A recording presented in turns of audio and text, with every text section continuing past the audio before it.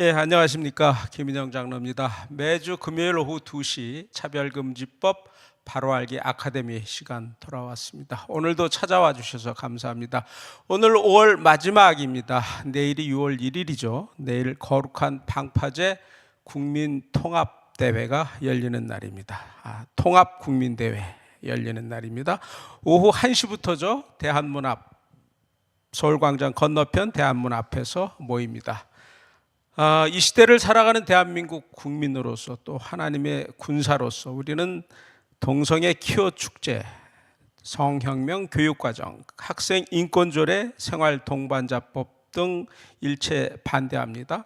포괄적 차별금지법 제정 절대 반대, 이렇게 내일 대한문 앞에서 외칠 겁니다.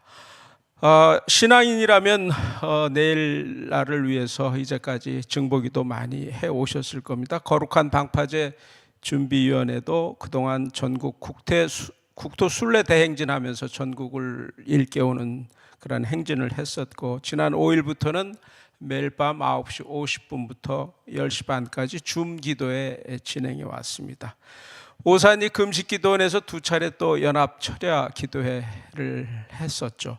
이 기호 축제에 반대하는 것은 축제 자체가 동성애를 조장하기 때문이죠. 이 동성애를 막아야 하는 것은 국민 건강권 차원에서도 당연한 일이 아닐 수가 없습니다. 이 에이즈에 걸리면 기대 수명이 30년 단축되면 물론 삶의 질이 절벽으로 떨어지는 사실을 유념해야 합니다. 이 국가적 차원에서도 치료를 위해서 많은 예산이 소요되죠. 그럼에도 유튜브에 들어가 보면 에이즈에 감염이 돼도 관리만 잘하면 된다 하는 식의 이 컨텐츠가 많이 유포되는 반면에 에이즈의 위험성을 경고하는 컨텐츠는 상대적으로 드물게 된 게 현실입니다. 이미 에이즈에 걸린 사람에게 관리가 가능하니까 절망하지 말라, 이런 메시지는 충분히 이해하지만 그 이전에 에이즈에 걸릴 기회 자체를 안 만드는 게 훨씬 더 중요한 일이 아니겠습니까? 상기해야 할 일은 국내 에이즈 환자들의 자살률이 보통 사람에 비해서, 자살로 인한 사망률이 일반인에 비해서 10배나 높습니다. 이 10대 레즈비언의 경우를 보면 또래 여성보다 자살률이 무려 22배나 된다는 게 통계로 나와 있습니다. 그만큼 에이즈에 감염되면 그 순간부터 마음이 공포와 충격에 시달리는 거죠. 따라서 동성애자를 동성애에서 벗어나게 하는 게 그 영혼을 진정으로 사랑하는 것 아니겠습니까? 그래서 내일 동성애자 영혼을 불쌍히 여겨달라고 기도하면서 키오 축제 반대를, 또 차별금지법 반대를 외쳐야 합니다. 이 차별금지법이 이미 통과된 구미 선진국에서는 성윤리 도덕의 급속한 타락과 함께 남녀의 경계 무너지고 경건한 가족과 가정의 가치가 무너지고 있습니다. 한때 우리나라에 복음을 전했던 서구 선진국은 이미 자유주의 신학으로 무너지고 차별금지법 통과 이후 무너지고 있습니다. 이 선진국들을 이제 우리가 건져야 할 그런 사명이 우리 대한민국에 있다, 이렇게 생각을 합니다. 내일 전국에서 하나님의 군사 20만 명이 모일 것으로 기대가 됩니다. 내일을 계기로 이 땅에서 키오 축제 사라지고 다른 나라에서도 키오 축제가 지구촌에서 없어지기를 간절히 바랍니다. 이 시대에 사회적 성, 남녀가 태어나면서 있는 게 아니라 내가 선택하는 그 성이라는 개념의 사회적 성이라든지 성별 정체성, 성적 지향, 이런 용어 자체가 없어지는 그런 날이 하루빨리 오기를 바라면서 차바 171회 순서 시작을 하겠습니다. 지난주에는 김영호 목사님이 오셨습니다. 이 신약은 동성애를 반대하지 않는가, 이렇게 질문을 던지는 제목을 주셨죠. 이 시대 이 키오 신학자들과 수종주의자들은 성경이 명확히 죄로 규정하고 있는 것을 여러 가지 방법을 들어서 동성애는 죄가 아니고 동성애에 대해서 철저히 옹호하고 지지하는 이런 여러 가지 궤변적인 논리를 펴냅니다. 하지만 이는 명백히 오류이고 잘못된 것이라는 것을 성경 규절 하나하나 풀어주시면서 자세히 설명을 해주셨습니다. 꼭 다시 들어가서 복습해 주시고 보실 때마다 구독 눌러주시고 좋아요 눌러주시면 참 이 시간 도움이 많이 됩니다.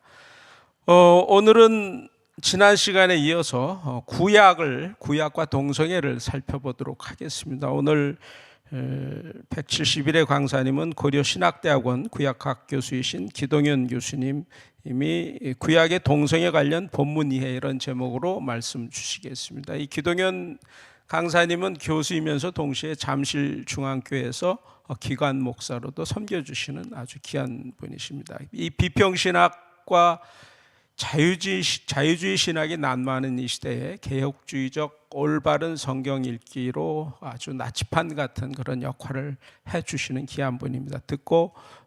자세히 듣고 은혜 많이 받으시고 이 시간을 통해서 그리스도의 군사가 되기를 기원하면서 기동현 강사님 모십니다.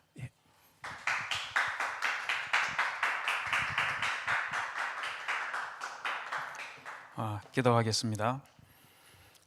거룩하신 하나님 아버지, 저희에게 복음을 주시고 또 하나님의 진리의 말씀을 가르쳐 주셔서 그 진리 가운데 살게 하심을 감사합니다. 우리 시대에 많은 사람들이 빛을 잃어버리고 또 어두운 가운데서 옳지 못한 그런 삶을 살아가는 사람들이 너무나도 많이 있습니다. 주의 진리의 말씀을 왜곡하는 자들도 갈수록 늘어나고 있습니다. 그러한 시대에 저에게 주의 말씀을 통하여서 사람의 삶을 근본적으로 파괴시키는 동성애를 비롯한 여러 가지 죄악들을 탐닉하게 만드는 그런 움직임들과 그런 운동들에 맞서서 싸울 수 있도록 하신 것 참 감사합니다. 주의 진리의 말씀이 저희들을 인도하여 주시고 하나님께서 마침내 주의 복음을 통하여 이 세상이 그리스도의 나라가 되게 하시며 주의 진리의 말씀이 편만해지는 그런 은혜의 역사가 있게 하여 주옵소서. 수고하는 모든 우리 장로님들과 목사님들과 또 수고하는 모든 관계자들에게 주님께서 은총 베풀어 주시고 피곤하고 힘들 때마다 그리스도로 인하여서 위로를 받을 수 있도록 도와주시옵소서. 예수님의 이름으로 기도 올리옵나이다. 아멘. 저는 소개해 주신 대로 우리 대한예수교 장로회 고신에 속해 있는 목사 후보생 양성기관인 고려신학대학원의 구약학 교수입니다. 동성애하고 관련해서 신약에서도 이슈들이 많이 있지만 구약에서는 특별히 창세기 19장의 소돔 사건과 레위기 18장과 20장의 동성애 금지 규정, 이것들이 동성애 관련해서 가장 큰 이슈로 역할하고 있는 것을 알고 있습니다. 창세기 14장 5절에 보면 여기 보면은 이 하나님께서 두 천사와 함께 아브라함을 방문하고 이어서 소돔과 고모라를 심판하시기 위해서 찾아갔을 때에 하나님은 아브라함과 계속 함께 머물러 있고 두 천사가 소돔을 찾아갔을 때 그때 아브라함의 조카 롯이 그들을 맞아들이고 또 그렇게 롯의 집에 있는 두 천사를 소돔 사람들이 찾아와서 우리가 그들을 상관하리라 이렇게 말한 이 부분, 이게 이제 이슈가 되는 부분입니다. 사실 이 본문에서는 이제 두 가지 이슈가 될 수가 있는데, 하나는 소돔 사람들이 천사들과 성적인 행위를 한다는 게 가능하냐, 이런 이슈가 생겨날 수가 있는데, 사실은 마태복음 22장 30절에서 예수님께서 7 형제가 한 여자와 부부의 관계가 되었을 때에 하늘나라에 가면 이 여인은 누구의 아내가 될 거냐고 질문했을 때에 우리 예수님께서 부활 때에는 장가도 아니 가고 시집도 아니 가고 하늘에 있는 천사들과 같으리라고 그렇게 말씀하셨지요. 그래서 사실상 천사는 성적인 행위를 한다는 것은 가능하지 않다, 그런 일은 없다 하는 것을 예수님께서 단적으로 말씀을 해 주셨지요. 그런데 그러다 보니까 소돔 사람들이 천사들하고 관계를 하는, 성적인 관계를 가지는 게 가능하냐? 당연히 불가능하죠. 그런데 이 사람들이, 소돔 사람들은 천사를 천사로 알았던 것이 아니고 5절에서 보면은 오늘 밤에 내게 온 사람들이 어디 있느냐 라고 이렇게 말하면서 그들을 사람으로 인식을 했었고, 그리고 이 사람들을 남자인지 여자인지, 천사는 성별이 없다고 우리가 생각하는 그런 사람들이 많이 있습니다. 그러면 물론 뭐 천사의 성별이 어떻게 되는지 우리로서는 알 수가 없죠. 하지만 창세기 19장 5절에서는 소돔을 찾아온 그 천사들을 남자를 의미하고 또 남편이라는 의미를 가지고 있는 이시라는 명사에 복수형인 아나심을 쓰고 있습니다. 그렇기 때문에 본래 천사의 성별이 어땠든지 간에 지금 소돔에 찾아왔던 그 천사의 모습은 남자의 모습이었고, 그리고 소돔 사람들은 그를 남자로 인식했었다 하는, 이거는 확실한 겁니다. 근데 이건 뭐 크게 이슈가 될 건 사실은 아니고요. 그 다음에 우리가 이슈로 늘 생각하는 것이, 우리가 그들을 상관하리라 할 때 이 상관하리라 하는 이 말의 의미가 뭐냐? 동성애를 옹호하는 사람들은 이 소돔 사람들이 말했던 우리가 그들을 상관하리라 하는 이 말은 그냥 단순하게 소돔을 방문한 그 천사들이 사람으로 인식했다 그랬죠, 그죠? 이들이 어디에서 왔으며 또 어떤 사람인지 단순하게 그들에 대해서 알고 싶어 했는데, 전통적인 기독교에서는 이것을 동성애로 이해를 해왔다, 그렇게 주장을 하는 것이죠. 근데 이게 소돔 사람들의 죄악의 성격이 무엇인지는 세 가지 측면에서 우리가 살펴봐야 됩니다. 그 첫 번째가 무엇이냐 하면은요, 첫 번째가 무엇이냐면 창세기의 대주제의 배경 속에서 들여다보는 것, 이게 굉장히 중요합니다. 선과 악의 문제가 창세기 대주제 중에서 하나인데 이걸 우리가 봐야 되는 것이고, 그 다음에 두 번째는 창세기 19장의 코어 텍스트라고 볼 수 있는 창세기 13장과 창세기 18장에서 소돔 사람들에 대해서 뭐라고 말하는지, 그리고 창세기 19장 7절의 컨텍스트를 들여다보는 것이 꼭 필요합니다. 우선 창세기 19장 5절에서 소돔 사람들이 롯에게 오늘 밤 내게 온 사람들이 어디 있느냐, 이끌어내라, 우리가 그들을 상관하리라 할 때 이 상관하리라 하는 이 말의 히브리어 동사는 여러분들께서 익히 많이 들어 아실 겁니다만은 동사 야다의 미완료 1인칭 공성 단수로 되어 있습니다. 그래서 우리가 알다, 문자적으로 해석하면 우리가 알다입니다. 그런데 동사 이 야다는 단순하게 어떤 지식과 정보에 대해서 알고 싶어하는 그런 의미로 쓸 때도 있지만, 성적인 차원에서 뭐랄까요, 서로를 깊이 탐닉하는 그런 의미로 사용될 때도 있습니다. 대표적인 예가 창세기 4장 1절에서 아담과 하와가 에덴 동산에서 쫓겨났을 때 그때 아담이 하와를 알았다, 이런 말을 동사 야다를 사용하고 있는데, 이게 성적인 의미를 가지고 있다 하는 것은 뒤이어서 나오는 표현, 그래서 그녀가 바타하르, 그녀가 임신하고 바테일레드, 그리고 그녀가 에트가인, 가인을 낳았다 하는 이 말을 통해서 알 수 있는 것처럼 이 동사 야다가 성적인 의미를 가지게 된다는 겁니다. 자, 그러면 이 창세기 19장 5절에 있는 이 야다라는 이 동사도 그러면 성적인 의미를 가지고 있느냐, 이걸 우리가 판단을 해야 되는데, 여러분 이것을 판단하기 위해서는 야다라는 동사의 용례가 무엇이냐, 이것만 가지고 판단해서는 안 되고, 뒤이어서 나오고 있는 롯이 소돔 사람들에게 했던 말 속에 이르되 청하노니 내 형제들아 이런 악을 행하지 말라 했던 요 말을 우리가 주의 깊게 살펴봐야만이 동사 야다가 성적인 의미를 가지고 있는지 없는지를 판단할 수가 있습니다. 저기 보면, 여기 보시면 우리 창세기 19장 7절에 이런 악을 행하지 말라 했던 이 악을 행하지 말라 하는 요 표현에 히브리어 표현은 무엇이냐면 동사 라아의 미완료 2인칭 남성 복수입니다.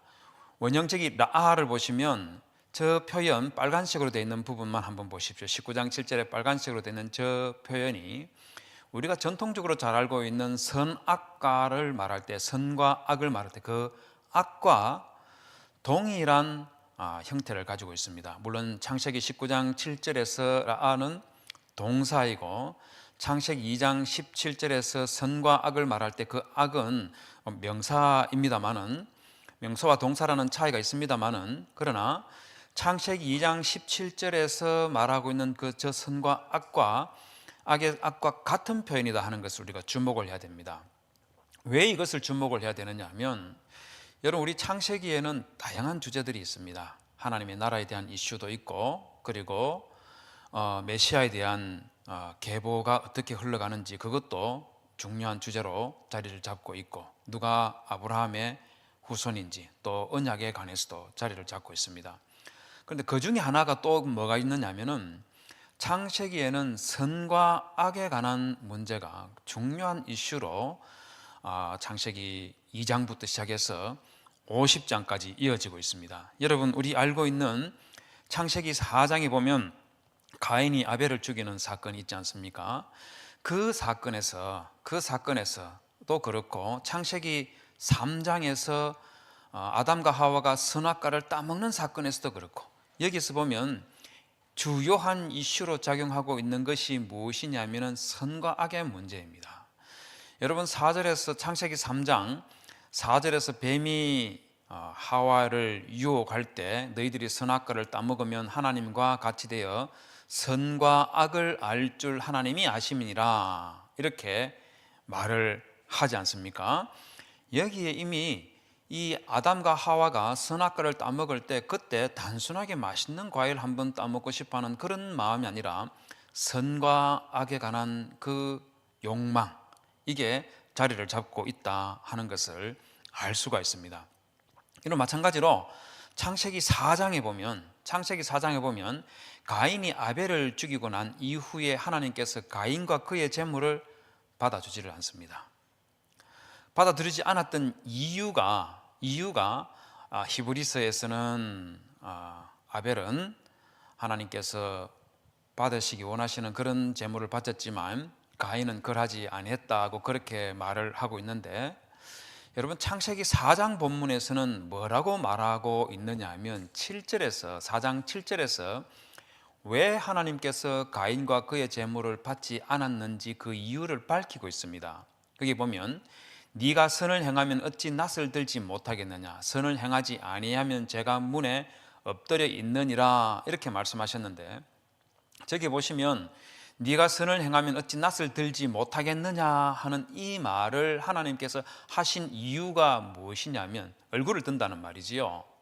이 말을 하신 이유가 무엇이냐면, 하나님께서 가인과 그의 재물을 받지 않으니까 가인이 그냥 고개를 푹 숙이고 불만과 분노에 찬 그런 모습을 하고 있었기 때문입니다.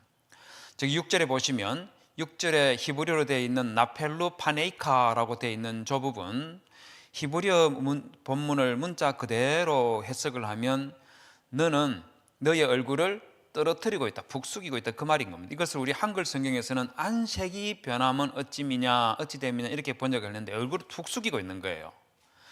얼굴을 푹 숙이고 있는 그 가인에게 7절에서 어찌 낯을 들지 못하겠느냐, 낯을 든다는 것은 그냥 낯을 든다는 것만 말하는 것이 아니라 가인과 그의 재물을 하나님께서 받게 되고, 그러면 가인도 그 얼굴을 든다, 그 말이겠죠. 그런데 하나님께서 가인과 그의 재물을 받게 되는 조건, 즉 가인의 얼굴을 들 수 있게 해주는 그 조건이 무엇이냐면 7절 앞부분에 보면 네가 선을 행하면입니다. 7절에 제가 파란색으로 표시해 놓은 imtative라는 표현, 네가 선을 행하면 say it, 어찌 낯을 들지 못하겠느냐. 선을 행하면 하나님께서 가인과 그의 재물을 받으시고, 그러면 가인도 그의 얼굴을 들게 된다 그 말인 거죠.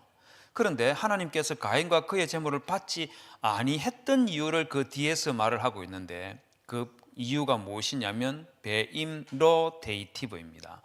선을 행하지 아니하면입니다. 자, 여러분 여기에 하나님께서 가인의 제물을 받는 조건은 선을 행하면이었고 가인의 제물을 받지 아니했던 이유는 선을 행하지 아니하면인데 선을 행하는 것은 선에 관한 문제이고 선을 행하지 아니하면은 무엇에 관한 문제이겠습니까? 무엇에 관한 문제이겠습니까?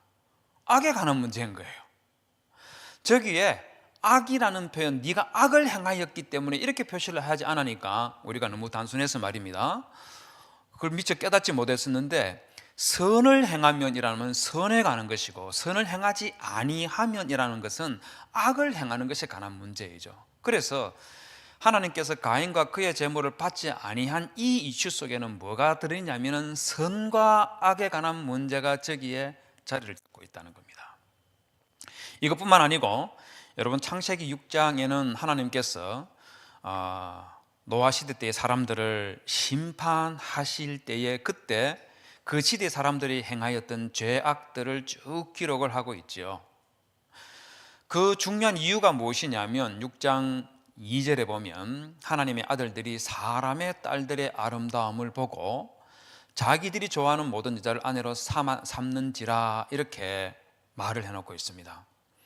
단순하게 생각하면 사람들이 예쁜 여자와 보고 아내 삼는 게 무슨 문제가 되겠냐 하는 그런 생각을 할 수가 있지만 그러나 이건 그런 문제를 더 넘어가고 있습니다.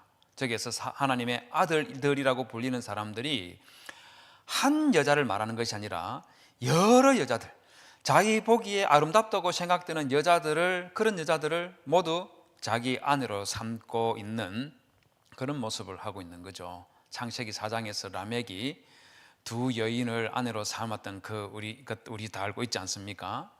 그런 일들을 지금 노아 홍수 때 사람들이 이게 이제 만연해 있는 그런 모습을 기록하고 있는 거죠.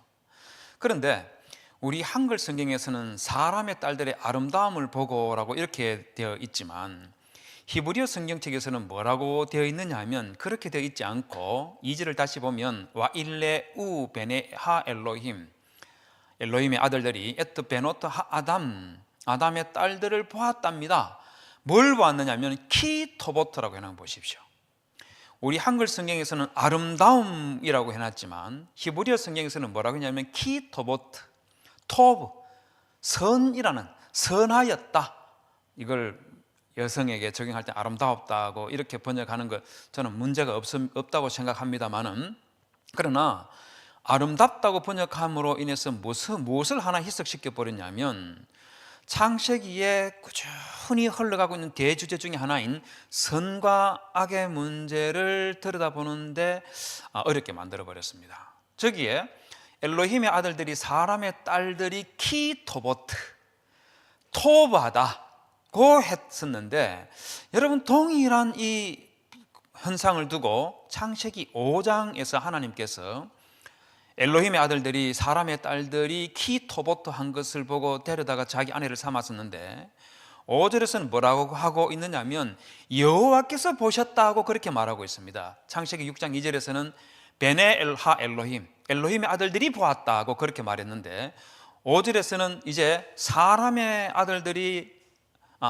엘로힘의 아들들이 사람의 딸들을 보았다 이렇게 말하지 아니하고 5절에서는 여호와께서 아담들을 봤다는 겁니다. 사람들을 봤다는 겁니다. 뭘 봤다고 했겠습니까?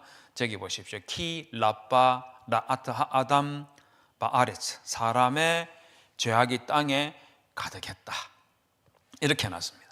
자, 저기 보면 뭐가 있으냐면요 엘로힘의 아들들이 사람의 딸들이 키토보트에서 자기의 아내를 삼는 이 행위를 두고 5절에서는 그 행위를 두고 하나님께서 뭐라고 판단하셨냐면 악이라고 표현을 하셨습니다. 바로 저기 보시면 창세기 6장에 노아 홍수의 원인이었던 내용들을 두고 사람은 그것이 마치 토부인 것처럼 선인 것처럼 행하였지만 하나님 보시기에는 악이었다 그렇게 말씀을 하고 있는 거예요. 이게 지금 창세기 3장 6절, 4장 7절, 창세기 6장 2절, 창세기 6장 5절 여기에서 지속적으로 선과 악에 관한 문제가 흘러가고 있다 하는 것을 볼 수가 있죠. 자, 이것뿐만 아니고 창세기 37장 1절에 보면 야곱이 말입니다. 야곱이 아들들이 있었지 않습니까? 그 중에 아들 요셉이 형들이 양을 치러 가서 그들이 하는 행동들을 보고 아버지에게 그들의 잘못을 일종의 고자질이라고 그렇게 표현해도 될지 모르겠습니다. 그렇게 말하였다 하는 그런 내용이 있습니다. 그런데 잘못을이라고 번역하고 있는 우리 한글에 이 잘못이라고 번역한 이 부분에 히브리어가 무엇이냐면요, 라아입니다. 역시 악에 관한 문제이죠. 그가 그들의 악을 그들의 아비에게 갖다 가서 말해 주었다, 이렇게 해놓은 거예요. 자, 여기서도 볼 수 있는 것처럼 악에 관한 문제가 창세기 1장에서 6장까지에서만 등장하는 것이 아니라 그 이후 37장에도 나오고 있고요. 창세기 50장에 보면, 저기 보면 야곱이 죽고 난 이후에 야곱의 아들들이 요셉에게 찾아와서 자기들이 이제 요셉으로부터 보복을 당할까 굉장히 두려워하면서 당신의 아버지가 죽고 나거든, 당신의 아버지가 요셉 너가 우리에게 보복하지 못하도록 신신당부하였다, 그렇게 말하는 장면이 나오죠. 그러자 요셉이 울면서 당신들은 나를 해하려 하였으나 하나님은 그것을 선으로 바꾸사 오늘과 같이 많은 백성의 생명을 구원하게 하시려 하셨나니, 이렇게 말씀하십니다.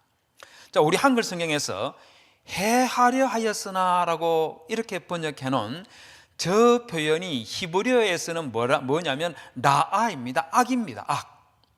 당신들은 나에게 악을 계획하였지만 하나님은 그것을 선과 악의 문제 말입니다. 선과 악의 문제가 저기에 등장하고 있는 거예요. 자, 이렇게 창세기에서는 2장의 선악과에 관한 메시지가 나오고 나서부터 50장까지 쭉 흘러가면서 선과 악이라는 이 주제가 꾸준히 자리를 잡고 있다는 것을 확인을 할 수가 있습니다. 자, 그 다음에 창세기 19장으로 다시 돌아가서 우리가 그들을 상관하리라 이렇게 말했을 때 롯이 내 형제들아 이런 악을 행하지 말라 했는데, 이 악과 관련된 부분 있지 않습니까? 여러분, 소돔과 고모라 사람들의 죄악을 판단하기 위해서는 제가 아까 세 가지를 확인을 해야 된다고 하셨는데, 우리가 지금까지는 창세기 대주제의 배경 속에서 들여다봤었는데, 이 부분을 창세기 19장의 코텍스트라고 볼 수 있는 부분들이 있습니다. 즉 무슨 말이냐면, 창세기 19장을 이해할 때 창세기 19장만 가지고 생각해서 안 되고 이와 연관된 성경 본문들인데 그것들을 함께 들여다봐야 된다는 겁니다. 그게 창세기 13장과 창세기 18장입니다. 여러분, 창세기 13장에 보면 아브라함이 자기 조카 롯과 이집트로 내려갔다가 다시 가나안 땅으로 되돌아오죠. 가나안 땅으로 되돌아왔던 아브라함이 돌아오자마자 자기 조카 롯에게 자, 우리가 분가하자. 우리에게 양도 많고 목동도 많고 너에게도 많기 때문에 한 공간에 공존하기가 쉽지 않으니까 네가 좌하면 나는 우하고 네가 우하면 나는 우할게. 네가 선택해봐라. 이렇게 이야기를 합니다. 그러자 롯이 창세기 13장 10절에 보면 눈을 들어 요단 지역을 바라본 적 소알까지 온 땅에 물이 넉넉하니 라고 그렇게 말하죠. 그리고 난 다음에 뭐라고 하냐면 여호와께서 소돔과 고모라를 멸하시기 전이었으므로 라고 이렇게 말씀을 하십니다. 왜 이 말씀을 하셨겠습니까? 바로 창세기 19장에 있는 하나님께서 소돔을 멸망시키는 그 사건을 아브라함의 기사 초반에 미리 하나님의 백성들에게, 창세기를 읽는 하나님의 백성들에게 소돔 사건을 미리 예시를 하고 있는 것이죠. 소돔은 이런 곳인데 아브라함의 조카 롯은 가나안 땅에 머물기를 선택한 것이 아니라 소돔으로 들어가 버렸다. 그리고 나서 13절에 가면 소돔 사람은 여호와 앞에서 악하며 큰 죄인이었더라 하면서 소돔 사람들이 어떤 사람이었다 하는 것을 추가적으로 설명을 하는데, 저기 보십시오. 우리 한글 성경에서 여호와 앞에 악하며라고 한 이 표현, 바로 창세기 2장, 3장, 4장, 6장, 그리고 창세기 50장에서 우리가 봤던 것처럼 바로 그 악에 관한 문제, 그 악에 관한 이슈가 중요한 부분이었는데, 소돔 사람은 바로 그 선과 악의 문제에 있어서 악한 존재였다는 겁니다. 악한 존재였고, 여기에다가 하나 더 덧붙여가지고 악의 동의어에 해당되는 하타임, 죄인이라는 이 표현까지 하나 덧붙여서 소돔 사람은 악한 존재였고 죄인들이었다 하는 것을 말을 하고 있습니다. 자, 그 다음에 창세기 18장도 창세기 19장 사건이 일어나기 바로 직전에 하나님께서 두 천사와 함께 아브라함을 방문했던 그 내용이 전반부에 나오고요. 그리고 내년 이맘때에 사라가 아브라함에게 아들을 낳을 것이다 하는 것을 예언해 주시죠. 그리고 나서 하나님께서 소돔을 심판하러 내려가시면서 이 소돔을 심판하는 그 사건을 아브라함에게 숨길 수 없다고 그렇게 말씀하십니다. 말해줘야 된다는 그런 필요성을 느끼게 되는 거예요. 왜냐하면 두 가지 이유인데, 하나는 그 소돔에 아브라함의 조카 롯이 살고 있었기 때문이고요. 또 하나는 19절에서 볼 수 있는 것처럼 소돔 사건, 이것은 하나님께서 내가 그로 아브라함과 그 자식과 건속에게, 즉 아브라함의 후손들에게 명하여 여호와의 도를 지켜 의와 공도를 행하게 하려고 그를 택하였나니, 이렇게 말씀을 하시면서 소돔 사건은 그냥 하나의 사건으로 일어나는 것으로 끝나는 것이 아니라, 하나님께서 단순하게 죄악된 나라를 심판하셨다, 죄악된 도성을 심판하셨다, 이렇게 말씀하시고 끝내는 문제가 아니라, 소돔을 멸망시키는 그 사건을 통해서 하나님의 자손, 하나님의 백성들인 아브라함과 그의 후손들이 소돔 사람과는 다르게 하나님 앞에서 의와 공도를 행하는 삶을 살아야 된다 하는 것을 보여주기 위해서 소돔 사건을 일으키신다, 그 말을 하고 있는 것이죠. 자, 그런데 이 소돔 사람들, 창세기 18장 20절에 가면 저기 보시면 그들은 소돔 사람들을 심판하시는 근본적인 이유가 어디 있다고 말씀하시느냐 하면, 여호와께서 또 이르시되 소돔과 고모라에 대한 부르짖음이 크고 그 죄악이 심히 무거우니 라고 하면서 또 선과 악에 관한 문제가 또 등장하고 있는 거예요.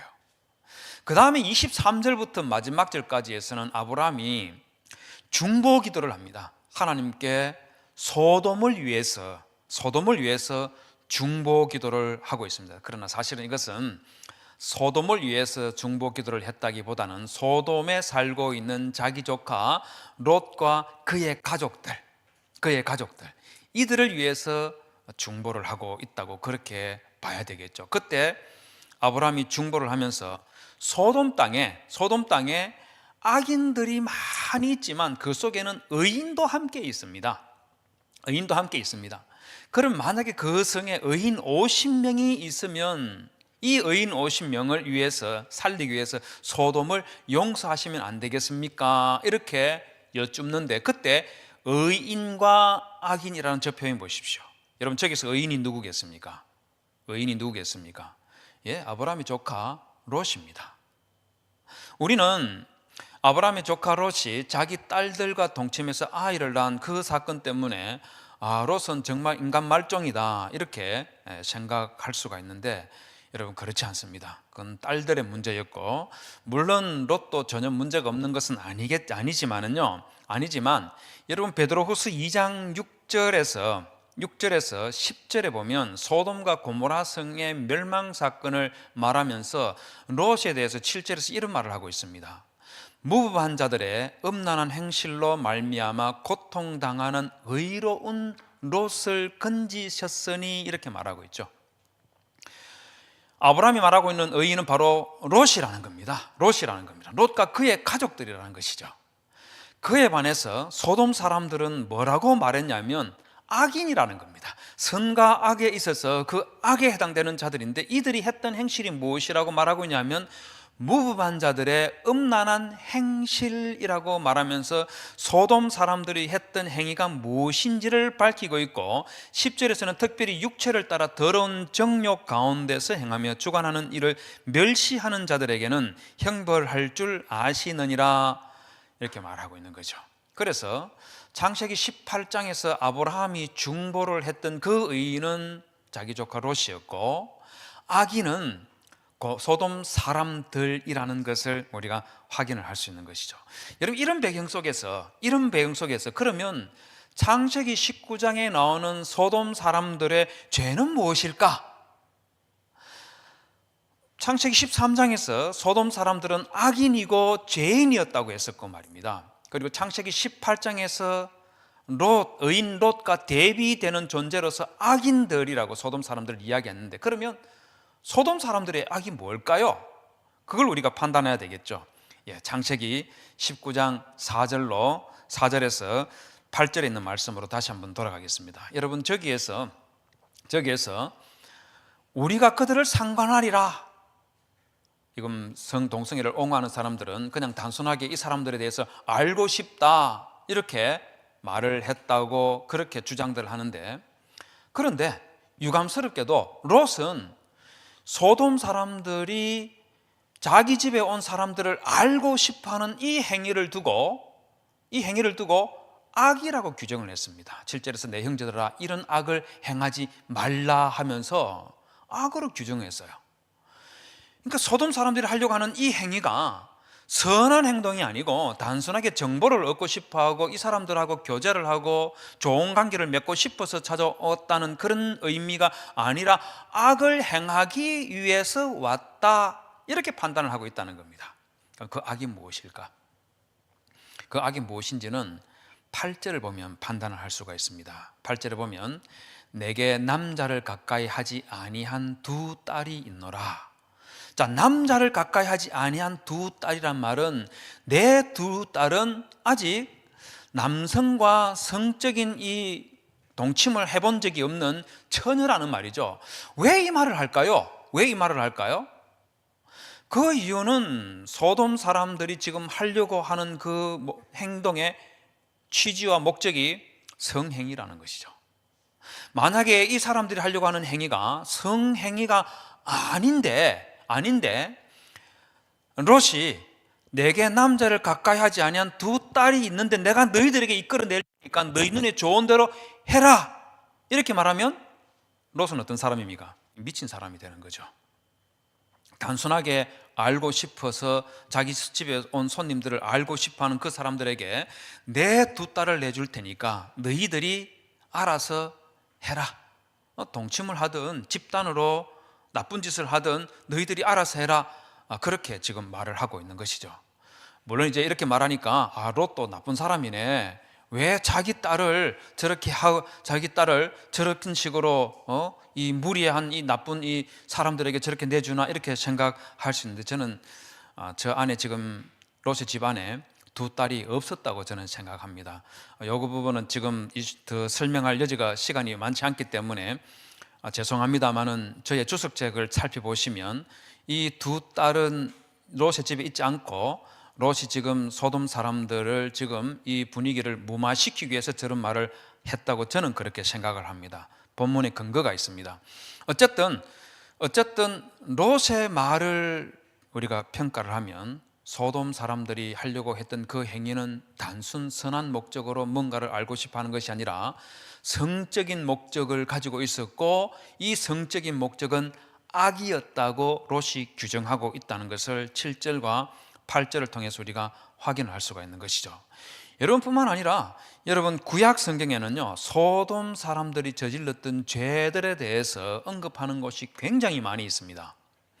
우상 숭배했던 것들에 대해서도 말하고 있고, 또 하나님께 반역했던 그런 모습들, 그리고 소돔 사람들 가운데에 거짓 선지자가 있었던 것으로 그렇게 볼 수 있는 그런 메시지도 있고, 교만했던 모습, 음행과 타락과 사회적 불의, 살인, 이런 것들이 저기 있는 저 본문들을 확인해 보시면 전후 관계 속에서 판단을 해보시면 소돔 사람들은 이런 죄가 있었구나 하는 것을 알 수가 있습니다. 그 중에 음행과 관련해서 예레미야 23장 14절과 에스겔 16장 56절에 보면 예루살렘에 있는 선지자들에 대해서 예레미야가 하나님의 말씀을 통해서 비판을 하면서 내가 예루살렘 선지자들 가운데 가증한 일을 보았나니 그들은 간음을 행하며, 이렇게 쭉 말씀하시면서 그 다음에 마무리하는 부분에서 뭐라고 말하면 그들은 다 내 앞에서 소돔과 다름이 없고 이렇게 말하고 있습니다. 자, 저기에서는 소돔 사람의 여러 가지 죄악들 중에서 뭘 언급했겠습니까? 간음에 대해서 언급을 한 것이죠. 에스겔 16장 56절에서도 마찬가지입니다. 역시 하나님께서 에스겔을 통해서 유다 백성들의 이 교만한 죄악들에 대해서 언급을 하시면서 네가 교만했던 때에 네 아우 소돔을 내 입으로 말하지도 아니하였나니 이렇게 말하면서 지금 이스라엘 백성, 지금 하나님의 심판과 멸망을 받고 있는 이 유대인들이 소돔 사람들보다도 더 악한 모습을 가지고 있다, 그 말씀을 하고 있는 것이죠. 그러면서 소돔 사람들보다 더 악한 그 죄의 목록을 58절에 보면 네 음란과 네 가증한 일을 네가 담당하였느니라 이렇게 말하고 있는 거죠. 이런 것들을 보면 여러분, 소돔 사람들이 창세기 19장에서 했던 그 행동은 결코 선한 목적이 아니었다는 것을 알 수가 있고, 그들이 했던 행동들은 악이었고 음란한 행동이었고 가증한 일을 행하였었다고 그렇게 구약 성경이 평가하고 있다 하는 것을 우리가 확인을 할 수가 있습니다. 그렇기 때문에 소돔 사람들이 멸망했던 이유 중에 동성애를 목적으로 사람들을 악하게 취급했던 그것이 자리 잡고 있다 하는 것, 여러분, 이 전통적인 우리 기독교의 해석은 조금도 틀림이 없는 바른 해석이다 하는 것을 여러분들이 기억하시면 좋겠습니다. 여러분, 그러다 보니까 우리 전통적으로 소돔 사람이라고 하면 위키 백과사전을 여러분 찾아보시면 거기에 보면 소돔 사람이라고 하면은 동성 간의 성행위 뿐만 아니고 짐승과 성행위 하는 것, 그럼 많은 다양한 성적인 아주 사악하고 더러운 그런 행위들을 총칭하는 그런 표현으로 사용이 되고 있는 것을 볼 수가 있죠. 여러분, 이와 같은 해석을 뒤집으려고 하고 있는 퀘어 신학이라든지 이런 동성애 옹호자들의 주장들은 전혀 성경적이지 못하고 성경을 바르게 해석하는 것이 아니다 하는 것을 꼭 기억하시면 좋겠습니다. 그 다음에 구약 성경에서 이슈가 되는 동성애 관련된 성경 본문은 레위기 18장 22절과 레위기 20장 13절에 있는 동성애 금지 조항입니다. 물론 동성애라는 말은 나와 있지 않지만 레위기 18장 22절에서 너는 여자와 동침함 같이 남자와 동침하지 말라, 이는 가정한 일이니라 이렇게 말했고, 레위기 20장 13절에서 누구든지 여인과 동침하듯 남자와 동침하면 둘 다 가정한 일을 행함인즉 반드시 죽일지니 자기의 피가 자기에게로 돌아가리라 그렇게 말하고 있습니다. 이 부분에 대해서 퀘어 신학이라든지 동성애를 옹호하는 사람들이 다양한 주장들을 하고 있습니다만은, 대표적으로 제가 요약, 이 사람이 대표되는 건 아니지만 제임스 브론슨이라는 사람이 그가 쓴 Bible, Gender, Sexuality, Reframing the Church's Debate on Same-Sex Relationship이라는 요 책에서 말하고 있는 동성애 금지법은 오늘날에는 유효하지 않다고 제시하는 세 가지, 저것들로 거의 대부분 정리가 되지 않겠나 그렇게 생각합니다. 이 사람이 세 가지를 중요하는데, 첫 번째는 동성애 금지법, 레위기 18장과 20장에 있는 동성애 금지법은 구약 이스라엘 백성들에게 주어진 부정법에 속하였고 이것은 신약 시대에는 더 이상 유효하지 않다 하는 것을 첫 번째 주장으로 내세웠고, 두 번째, 동성애 금지법은 가부장적 문화에서 동성애의 여성 역할자에 대한 수치와 혐오에서 나왔고 지금은 동등한 신분의 사람이 동등한 관계에서 이루어지기 때문에 문제가 되지 않는다 이렇게 말하고 있고, 세 번째는 동성애 금지법은 몰렉에게 자식을 주지 못하게 한 우상 숭배의 배경에서 나왔다. 이것은 동성애 금지법의 대상이 신전에 남창들이라는 것을 보여준다. 하지만 오늘날 동성애자들은 우상숭배자가 아니기 때문에 이 규정을 적용할 수 없다, 이렇게 주장하는데, 이것들과 관련해서 제가 말씀을 드리려고 합니다.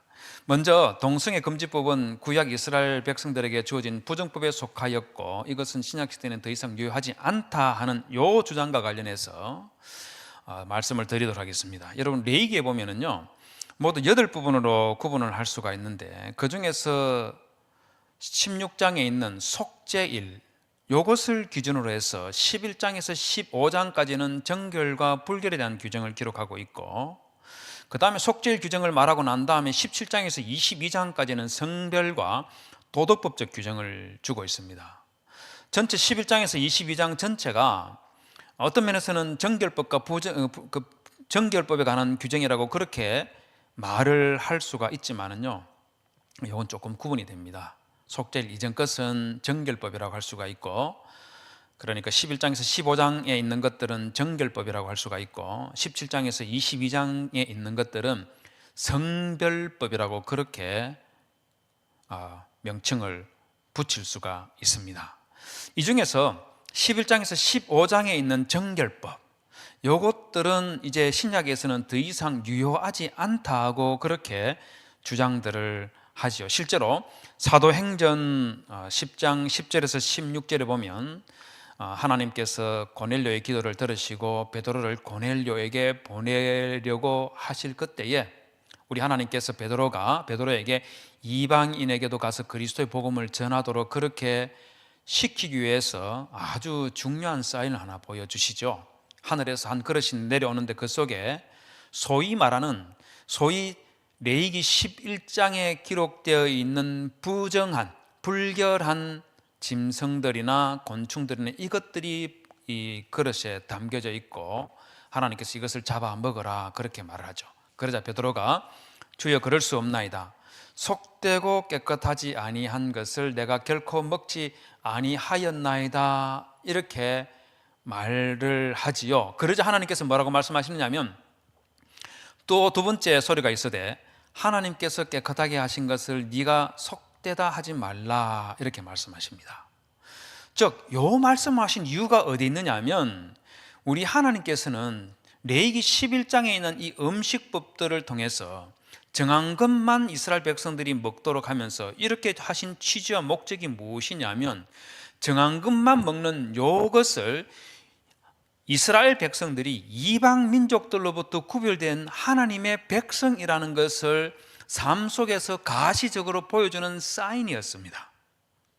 그런데 사도행전 10장에서는 하나님께서 이제 무엇을 말씀하시냐면 이제는 정한 것만 먹는다는 요것으로 하나님의 백성과 이방인을 구분하는 이런 일은 이제 더 이상 하지 않고 폐기하신다 그 말을 하시는 거예요.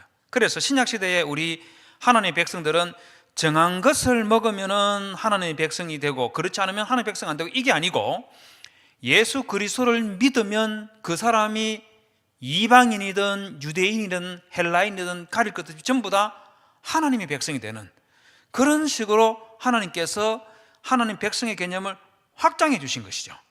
자, 이러면서 우리 하나님께서는 레위기 11장에 있는 음식법, 정한 것과 부정한 것을 이제 더 이상 구분하지 않는 폐기하시는 모습을 저기에서 보여주고 있습니다. 이걸 가지고 이제 동성애를 옹호하는 사람들은 봐라, 하나님께서 정결법에 해당되는 레위기 11장에서 22장까지 있는 이것을 폐기하지 않았느냐, 그래서 신약시대는 더 이상 유효하지 않다 이렇게 주장들을 하는 것이죠.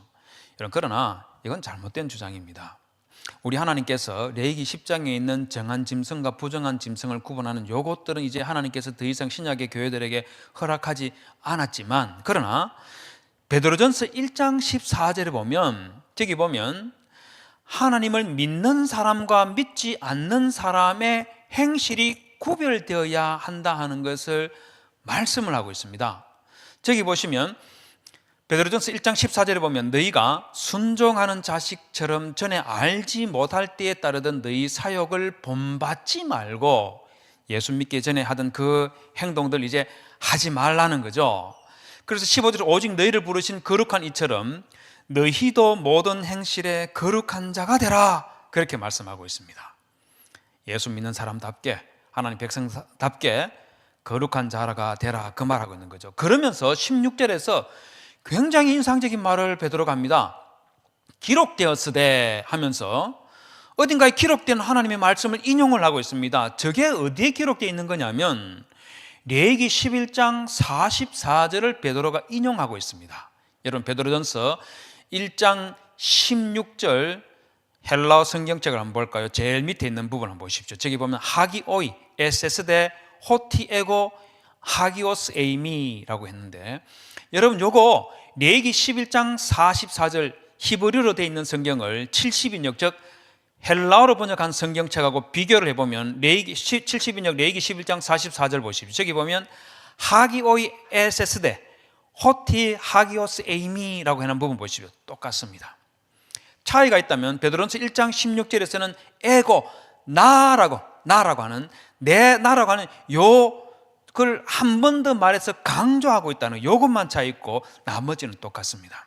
이건 뭘 보여주고 있냐면 베드로전서 1장 16절은 레위기 11장 44절을 인용하고 있다는 것이고, 바로 이걸 통해서 베드로가 우리에게 뭘 보여주고 있냐면, 비록 정한 것과 부정한 것을 구분하는 이 음식법을 하나님께서 폐기했지만, 그러나 그 속에 담겨있는 시그니피컨스, 그 취지와 의의는 구약시대나 신약시대나 동일하게 여전히 유효하다는 것을 보여주는 겁니다. 즉 신약시대의 우리 하나님의 백성들도 예수 믿고 하나님의 백성이 된 그때부터 내가 거룩하니 너희도 거룩할지어다 하는 이 하나님의 말씀 앞에서 우리가 살아간다는 것이죠. 그래서 예수님 믿기 이전에 행했던 그 모든 행위들은 버리고 우리 하나님 앞에서 거룩한 행실을 행해야 된다 하는 것을 저기에서 말하고 있는 것이죠. 이런 뿐만 아니라 여러분, 정결법과 성별법은 여러분 이게 확연하게 차이가 나는 것들입니다.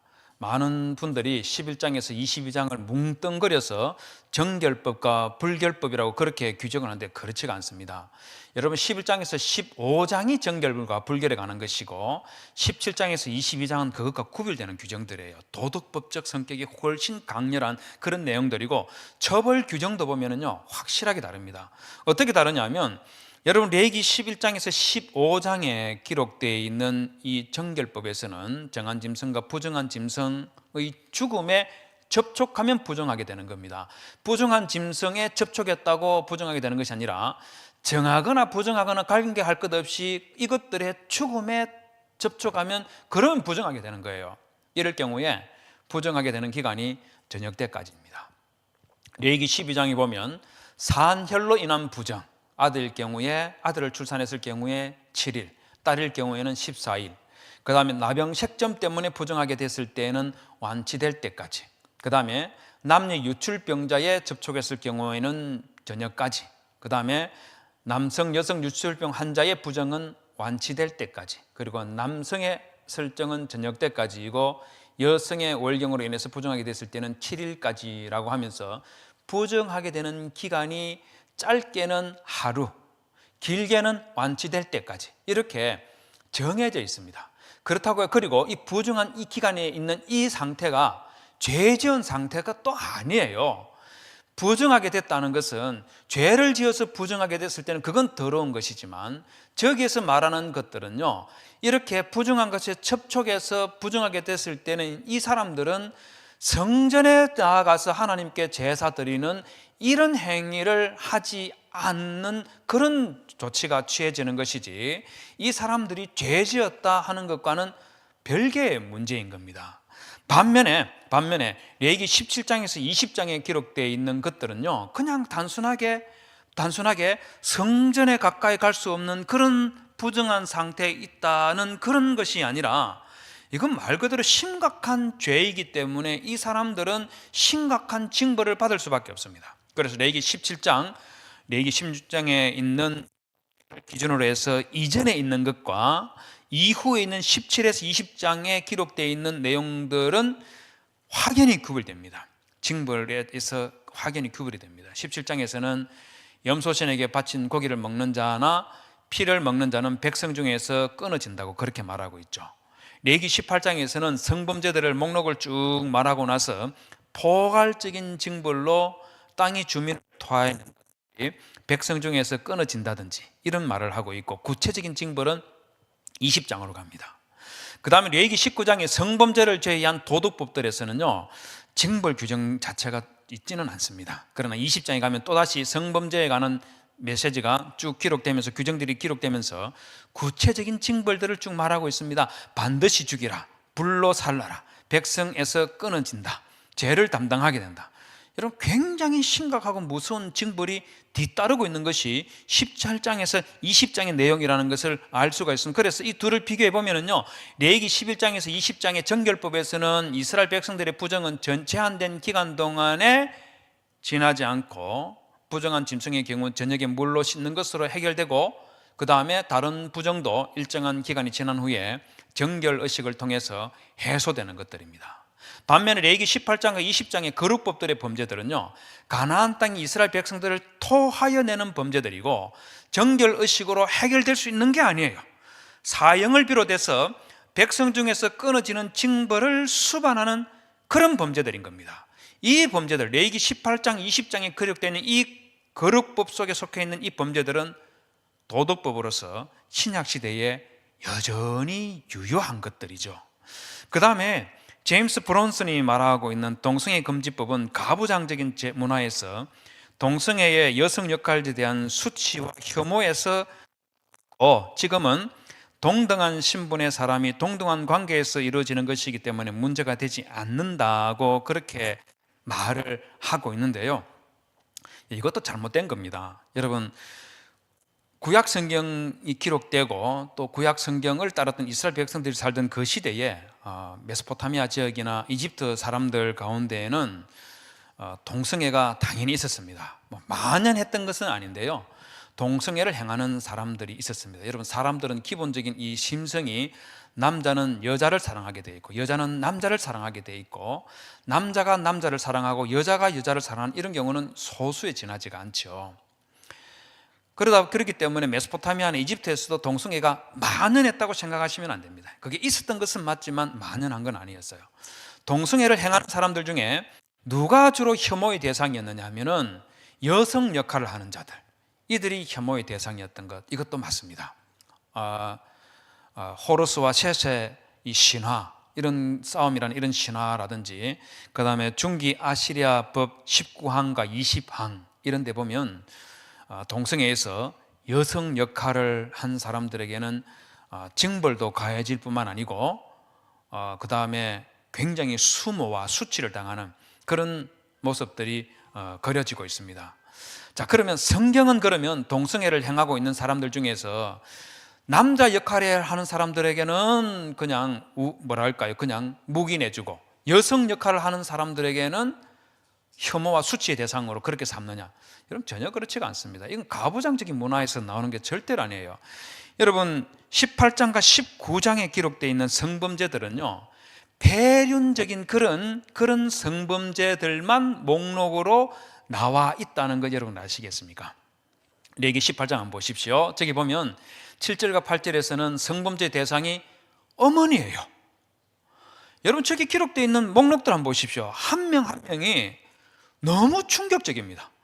아니, 그냥 길 가다가 이런 일을 해서도 안 되지만은 말입니다, 어쩌다가 성적인 욕구 때문에 모르는 어떤 사람을 대상으로 성범죄를 저질렀다, 이런 게 아니고요, 여러분, 어머니라니요. 계모가 나오고 누이가 나오고 손녀가 나오고 이복, 누이, 쑥모, 고모, 이모, 며느리, 제수, 장모, 처제.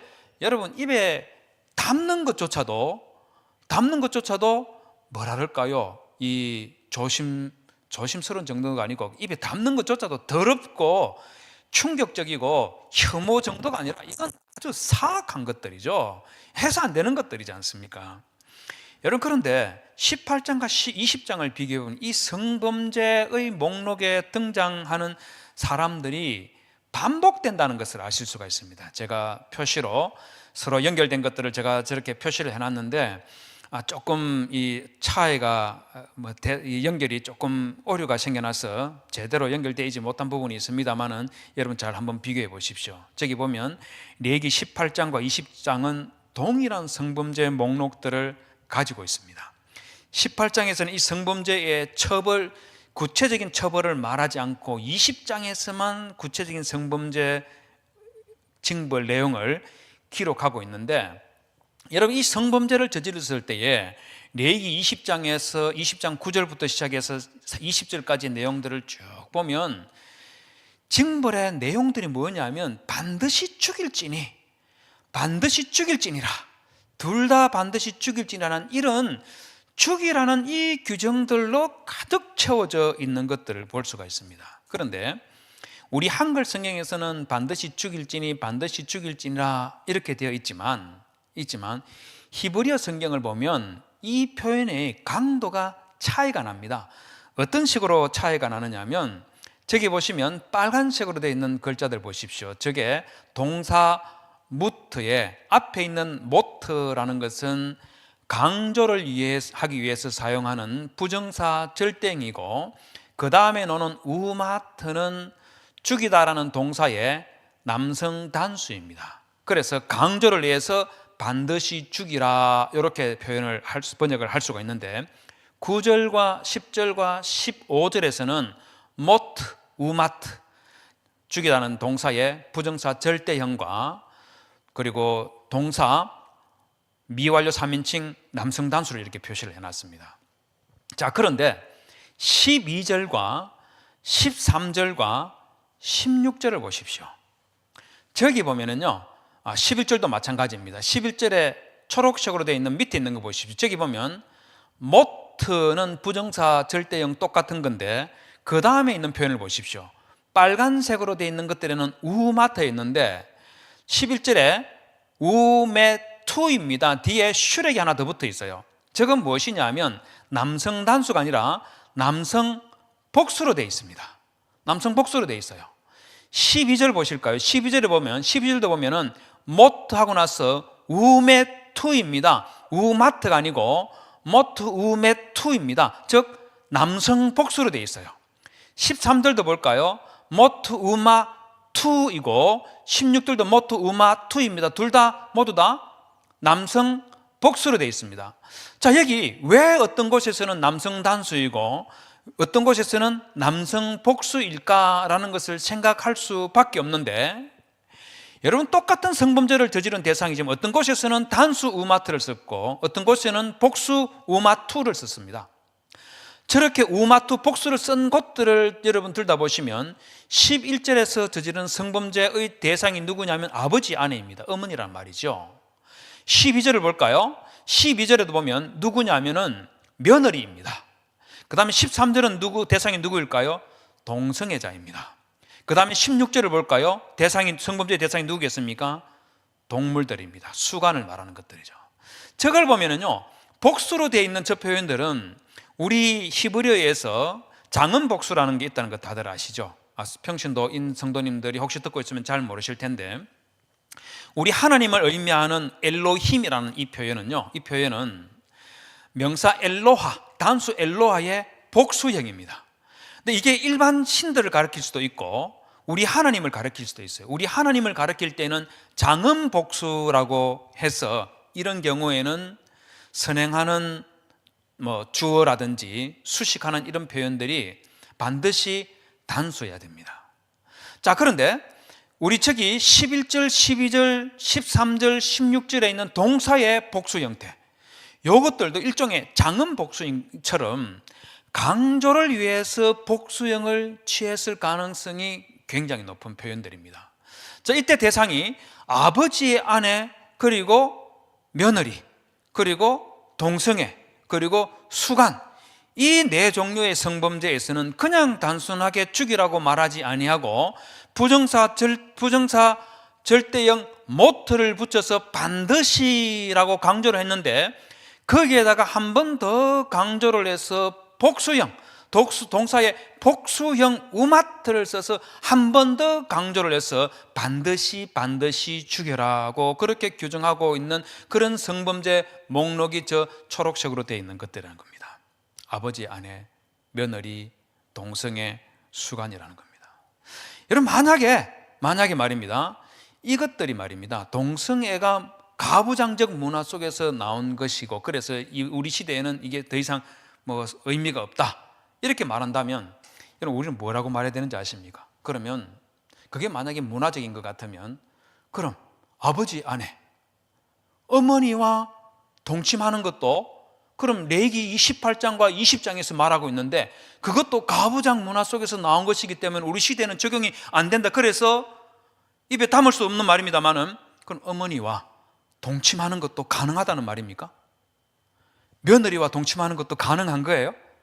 장모와 동침하고 처제와 동침하고 손녀와 동침하고 이런 것들이 다 가능하다는 겁니까?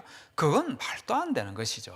문화적인 것으로 말해서 되는 부분이 전혀 아닌 것이죠. 그러다 보니까 우리 성경에서는요, 동성애 레위기 18장과 20장에서는 동성애자들을 가르쳐서 토에바, 가증한 것이라는 이런 표현을 붙이고 있습니다. 18장에서 이 토에바라는 표현을 쓸 때는 가나안 사람들의 성범죄에 대한 하나님의 분노를 포괄적으로 표현하기 위해서 4번 사용하는데, 개별 성범죄에 대해서는 18장 22절 동성애에 대해서만 토에바라고 해서 한 번 더 말하고 있는 거예요.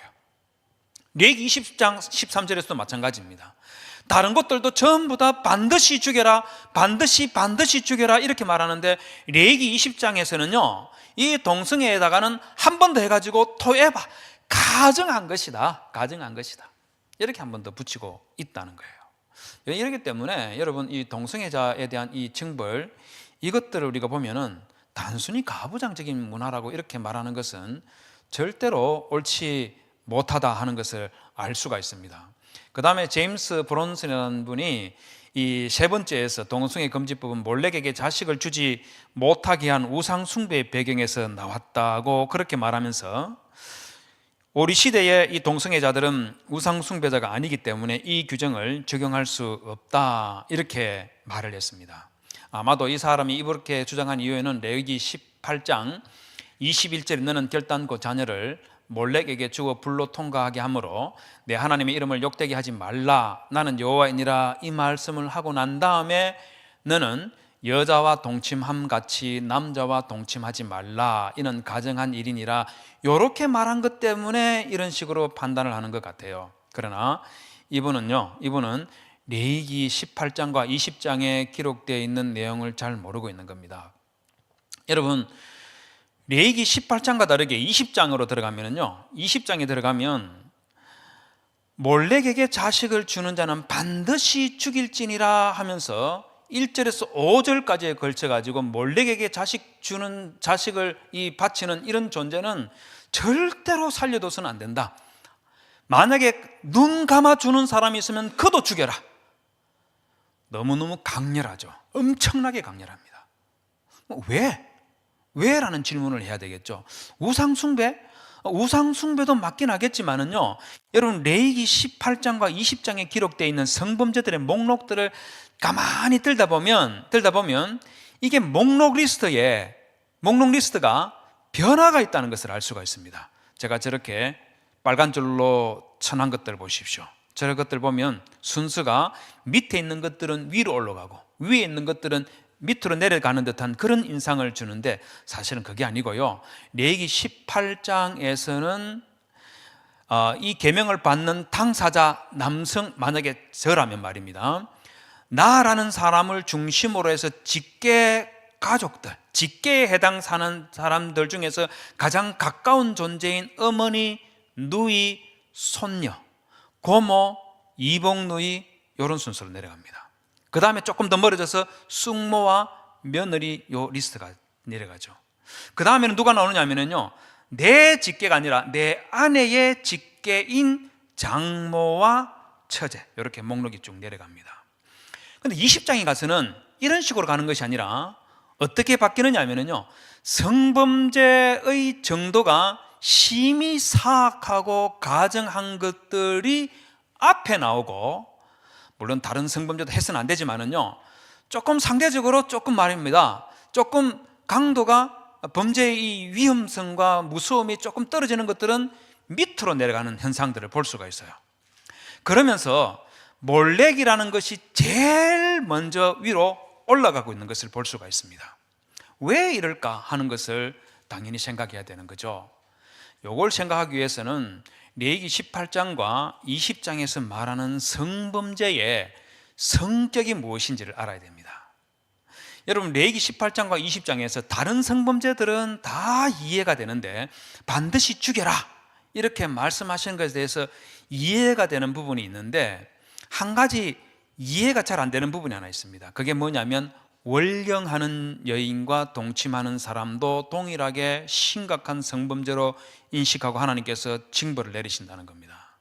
많은 사람들이요, 이걸 잘못 이해해가지고 레위기 18장 19절과 레위기 20장 18절에서 너는 여인이 월경으로 불결한 동안에 20장 18절에 누구든지 월경 중인 여인과 동침하여 이렇게 말하면 이 여인이 누구인지 헷갈리는 사람들이 있어요. 이 여인이 누구이겠습니까? 이 여인이 누구이겠어요? 우리 히브리 성경에는요, 우리 히브리 성경 이거는 자기 아내라는 게 드러납니다. 여러분, 제일 앞에 있는 표현 보십시오. 히브리어 베이시, 남자라고도 번역할 수 있지만 남편입니다. 남편이 에트 이사, 아내와 동침을 했는데 어떤 사람과 어떤 상태의 아내와 동침을 했냐면 월경 중인 자기 아내와 동침을 한 거예요. 그냥 돌아다니면서 말입니다. 아무 여인 중에서 월경하고 있는 여인과 동침하면 이 말이 아니에요. 그런 것들 전부 다 성범죄이지 않습니까? 그런 거 아예 못하게 했는데, 레위기 18장 19절과 20장 18절에서는 월경 중인 자기 아내와 동침하면 죄가 되는 거예요. 죄가 되는 거예요. 왜 이게 죄가 될까? 레위기 20장 18절에 보면, 레위기 18장 19절에서는 그녀의 벌거벗은 것을 드러내지 말지니라 이렇게 말했는데, 레위기 20장 18절에서는 왜 월경 중인 여인과 동침하면 안 된다고 했느냐면 그 여인의 근원을 드러냈다고 그렇게 말하고 있습니다. 이 근원이 뭐겠습니까? 근원이 뭐겠어요? 그 근원이란 것은 이어지는 표현에 보면 여인은 자기의 피근원을 드러냈다는 겁니다. 피근원이란 건 뭐겠습니까? 여러분, 우리 구약 성경에서 피는 생명을 의미하는 겁니다. 저기서 말하는 피근원은 자궁을 말하는 것이죠. 자궁이 뭐 하는 것입니까? 아이를 출산하기 위해서 아이를 가진 그 장소가 자궁이지 않습니까? 그 자궁에 피근원을 드러냈다는 것은, 이렇게 표현하는 것은 바로 무엇을 보여주고 있냐면은 지금 월경 중인 여인과 동침하는 이 행위는 바로 자녀 출산과 관련해서 가장 중요한 피의 근원에 해당되는 자궁의 심각한 문제를 일으켰다, 그 말인 겁니다. 이걸 두고 우리가 생각하면 레위기 18장과 20장에서 말하고 있는 성범죄라는 것은 단순하게 성적인 욕구를 채우는 문제, 이걸 말하는 게 아니에요. 단순하게 성적인 욕구를 채우는 이런 문제가 아니고, 뿐만 아니라 둘이가 서로 합의를 했느냐 안 했느냐. 우리 시대는 서로 합의만 했으면 성범죄가 아니지 않습니까? 합의만 했으면 성범죄가 아니고, 합의가 안 됐는데 성범죄를 일으키면 이제 우리 시대는 이제 죄가 됩니다. 그러나 레위기 18장과 20장에서는 그걸 말하는 것이 아니에요. 성적인 욕구라든지 합의를 했냐 안 했냐 이 문제가 아니라 바로 생명 탄생과 관련된 부분에서 성범죄를 이해를 하고 있다는 겁니다. 그래서 지금 앞에서 봤던 이 성범죄들 한번 보십시오. 저 목록들을 보면, 저기 보시면 우리 하나님께서 지금 레위기 18장과 20장에서 언급했던 성범죄들은 모두 다 무엇이냐면, 하나님께서 남편과 통해서 자식이 또는 생명체가 태어나게 한 이 근본적인 창조 질서를 근본적으로 파괴하고 엉망으로 만들고 도저히 하나님께서 용납할 수 없는 그런 것들을 쭉 목록을 하고 있는 겁니다. 어머니와 관계 속에서 생명체가 태어난다, 자식이 태어난다. 한번 상상해 보십시오. 누이와 손녀, 말도 안 되는 것들이죠. 장모, 숙모, 며느리, 이 목록들이 쭉 기록되어 있는 것들이에요. 그렇기 때문에 레위기 18장과 20장에 기록되어 있는 이 성범죄라는 것은 단순하게 쾌락의 문제가 아니에요. 쾌락의 문제가 아니에요. 그런데 저기 있는 성범죄들은 하나같이 생명 탄생과 관련되어 있는데, 몰렉은 뭐냐면 태어난 생명체를 몰렉이라는 우상에게 아이를 죽여서 바치는, 이 행위를 하는 그 대상의 우상이기 때문에 그래서 몰렉을 언급한 것이지, 그게 아닌 것 같으면 말입니다. 이스라엘 백성들이 가나안 땅에서 보편적으로 많이 유혹을 받았던 바알을 언급할 텐데 그러지 않고 몰렉을 언급했다는 것, 주목을 해야 되는 부분이죠. 주목을 해야 되는 부분이죠. 바로 자기 자식을 죽여서 바치는 대상, 그걸 지금 언급하고 있는 겁니다. 그럼 왜 저기서 부모 저주라는 말이 나왔겠습니까? 부모 저주는 왜 나왔겠어요? 성범죄 목록 속에서 부모 저주가 왜 나왔겠습니까? 이유가 있습니다. 부모가 어떤 존재입니까? 부모가 어떤 존재입니까? 나라는 생명체가 이 땅에 태어나게 한 그 존재들이지 않습니까? 그들에 대해서 저주하는 것에 대해서 하나님께서 반드시 징벌해라, 그 말을 하시고, 그래서 생명과 생명이 관련된 것들을 먼저 말하고, 생명 탄생과 태어난 생명체를 말하고, 그 다음에 레위기 20장에서는 10절부터 포괄적인 차원에서 이웃의 아내와 동침하지 말라, 이 말을 하고 있는 거죠. 여러분, 이웃의 아내들도 어떤 존재이겠습니까? 우리 시대에는 아파트 옆집에 사는 사람이 누구인지 모르지만 구약시대 때에는 이웃의 아내는 다 내 친족들이에요. 내 형제들이고 내 조카들이고 이런 사람들입니다. 밑에서 언급되는 이 사람들이 내 이웃의 사람들인 거예요.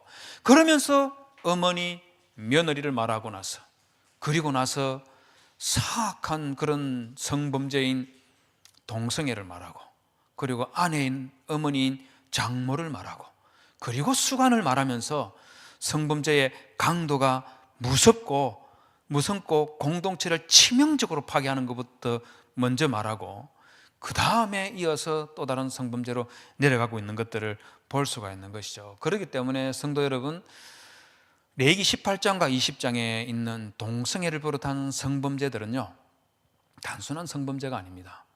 하나님께서 절대로 하나님의 백성들이 해서는 안 되는, 이거는 목숨이 달아나더라도 해서는 안 되는 성범죄 목록을 저기에다가 기록해 놨지 않습니까? 하나하나 보십시오. 저게 얼마나 끔찍하고 무서운 성범죄들인지 저걸 기록해 놓은 거예요. 여러분, 이와 같은 성범죄, 여러분 구약시대 때뿐만 아니고 우리 신약시대 때에도 당연히 이것은 유효하게 적용되는 것들입니다.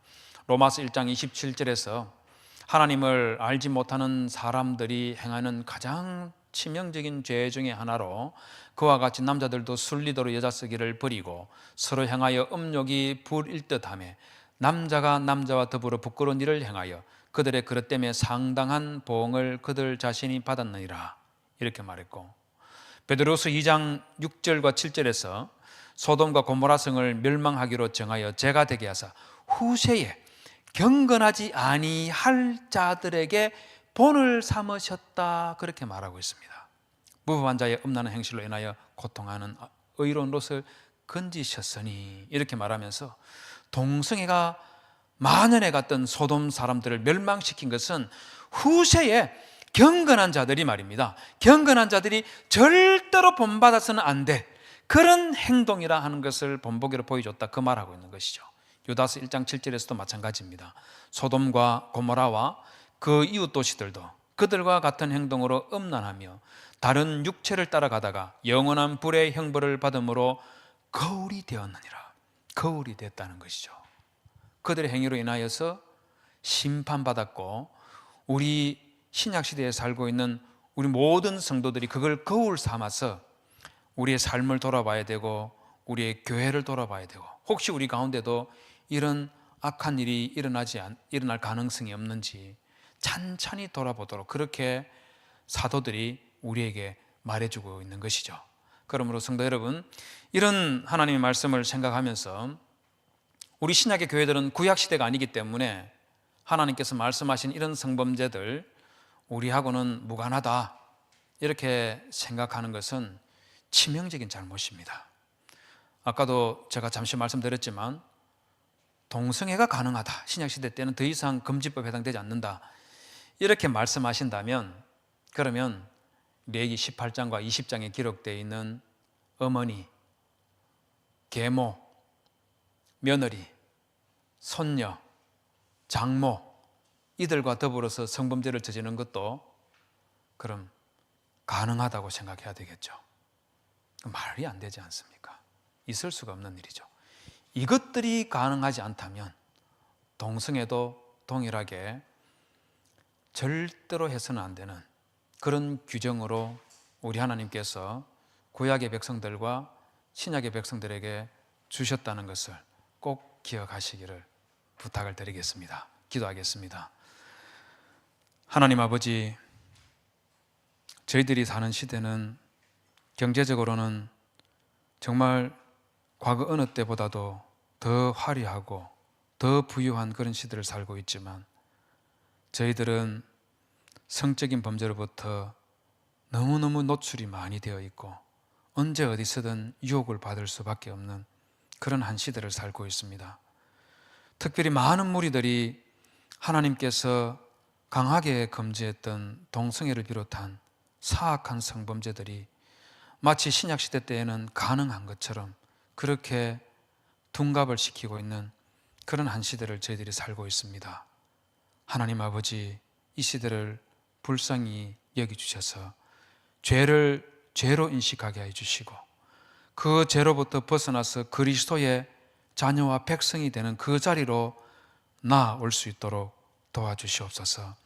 이런 잘못된 생각과 잘못된 행동들을 하는 수많은 사람들, 그리고 잘못된 법들을 규정하고 있는 많은 무리들을 향하여서 마치 선지자처럼 소리를 내고 있는 많은 주의 종들을 주님께서 기억하시고 이들의 수고와 노력들이 헛되지 않아여서 이들의 수고와 노력들을 통하여 하나님의 교회를 보호하고 우리 시대에, 이 악한 시대에 참 하나님의 진리의 말씀이 편만하게 퍼져나가는 그런 은혜의 역사들이 있게 하여 주시옵소서.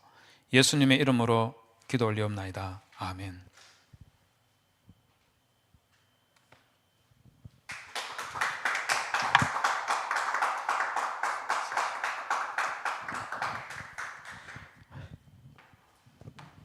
네, 감사합니다. 예. 모두에서 말씀드린 대로 다 아시는 대로 내일 거룩한 방파제 쌓는 날이죠. 퀴어 축제가 열리는 날, 이 퀴어 축제를 막아내기 위해서 시작된 이 신앙인들의 퀴어 축제 반대 국민대회, 재작년부터는 이제 거룩한 방파제 라고 이렇게 이름을 지어서 우리 계속 행사해 오고 있는데, 이 거룩한 방파제 통합국민대회를 하루 앞두고 아주 이 동성애가 얼마나 큰 죄인지를 성경의 원어를 살펴주시면서 아주 명백하게 설명을 해주셔서 너무나 귀한 강연이었습니다. 이 개인이나 이런 성경을 완전 모성을 자꾸 이제 의심하고 성경을 비평하는 이런 흐름들, 그래서 대개 이제 죄로 분명히 기록이 돼 있고 우리의 양심이 증가하는 것도 죄인데 그게 죄가 아니라는 논리를 여러 가지 형태로 개발을 해서 이런 뭐 퀴어 신학까지 나오고 뭐 그러는데, 지난 시간에 신약에서 동성애 관련 언급 교수님이 자세히 설명해 주시고, 오늘은 구약에서 나오는 또 이런 언급을 다 살펴주셔서 결국은 동성애에 대해서 여러 가지 성범죄를, 성경에 나오는 성범죄 관련된 규절을 다 풀어주시면서 그걸 다 나열을 했는데, 그 중에서 동성애는 반드시 죽일지니라를 두 번 이렇게 강조해서 말씀을 하셨다는 것도 이 죄의 엄중성이랄까요? 엄중성도 보면 이 생명 탄생과 관련해서 짓는 성범죄에게 더 무서운 죄 이렇게 언급했다, 이런 것들을 너무 잘 정리해 주셔서 우리가 새롭게 사실을 이미 하나님의 은혜로 믿음을 갖게 되고 우리 날마다 생활 가운데 기도하고 하는 신앙인들은 이것을 이렇게 막 복잡하게 설명 안 해도 이미 다 알고 있고 믿음으로 받아들이고 있고 생활 가운데 죄를 안 지으려고 노력하고 있고 이렇게 하고 있지만 그러한 것 자체가 전혀 죄가 아니라는 이런 그 기변적인 여러 가지 논리와 사상 또 어떻게 보면 지금의 흐름은 이 문화 막시즘에서 정통 막시즘 무너지고 나서 그거를 비판 계승 발전한 이런 문화 막시즘의 흐름으로 보면 이 성을 무기로 해서 이 인간의 자본주의, 기독교 문명 이걸 다 파괴하는 그래서 결국 그 가장 근본인 성을 난잡하게 해서 동성애하면 애도 안 낳고 뭐 가부장적 질서 같은 거 기존의 질서 이런 것들 다 허무는 이런 거를 개변적인 논리를 만들어서 그렇게 하는 것이 성의 천국을 만드는 것이 이 기계에 예속된 그 사람이 해방시키는 거다. 이 성의 천국을 만들어야 결국은 인간 사회가 더 행복하다라는 이런 이 프로이드 막시즘적인 이런 세상 그 흐름이 이제 동성애가 가장 시작인데 우리는 너무나 죄라는 걸 잘 인식하고 안 하고 있지만은 하여튼 이걸 합리화시키는 이 가장 대표적인 게 이제 선천적이라는 거죠. 동성애가 선천적인 건 어쩌란 말이냐? 선천적인 건데 선천적인 동성애가 선천적이라는 게 거짓말이라는 것도 이미 그 학술 발표를 통해서 문헌으로 다 입증이 됐지만 그럼에도 불구하고 목소리가 크면 이기는 것처럼 자꾸 개별적인 논리를 많이 크게 외치면 그를 또 추종하는 사람들이 많아서 대부분의 사람들은 나하고 직접적 관련이 없기 때문에 목소리가 크면 그게 또 거기에 진리가 있는 것처럼 받아들이고 이런데 이렇게 해서 미혹되기 쉬운 이러한 그 시대에 우리가 살고 있는데 지난번에 강의나 오늘 이 목사님의 강의를 통해서 우리가 다시 한번 지식 무장을 하고 잘못된 사람들을 깨어내는 그러한 사명을 더 굳건히 해야 하지 않을까 이렇게 생각을 합니다. 그런 의미에서 내일 거룩한 방파제 쌓는 이 통합국민대회 전국에서 반드시 20만 명 모여서 이게 서구 사회를 보면 이 퀴어 축제가 이제 뉴욕의 그 스토널 폭동 이후에 그 퀴어 퍼레이드 하고 난 다음에 그게 이제 퀴어 축제로 각 나라별로 퍼져 갔는데 이제 그 흐름이 꺾여야 되는데 이게 퀴어 축제가 이게 뭐 한 1,000명, 2,000명 이렇게 모이면은 별 그 영향력이 없지만 호주 같은 데서 그걸 방송국에서 생방송하고 이러면서 막 50만 명, 60만 명, 100만 명 모이니까 결국은 차별금지법이 통과하는 그런 원동력이 되고 그런 흐름으로 서구의 주요 선진국들이 넘어가서 그 이전에 이미 자유주의 신학으로 기반이 다 허물어진 상태에서 교계가 저항을 따로 못하는 그런 상태에서 퀴어 축제가 일어나니까 결국은 차별금지법 통과가 되고 차별금지법 통과된 이후는 각종 이상한 현상들 여탕에 트랜스젠더 들어가서 놀라니까 신고하니까 결국은 목욕탕 주인이 잘못한 게 아니라 이 트랜스젠더가 들어간 사람이 오히려 더 큰 소리 치는 그게 차별금지법상으로는 그 사람이 성기는 달렸지만 여자니까 본인이 여자라고 주장하고 문서에 그렇게 여자로 표기가 돼 있고 하니까 이게 맞는 이런 현상들 그러다 보니까 교도소 들어가서도 여교도소에서 트랜스젠더가 들어가서 뭐 마구 임신시키는 이런 사건도 일어나고 운동선수들 뭐 트랜스젠더가 여성 경기에 출연해서 싹쓸이 하는 거 이런 건 더 이상 뉴스도 안 되는 그런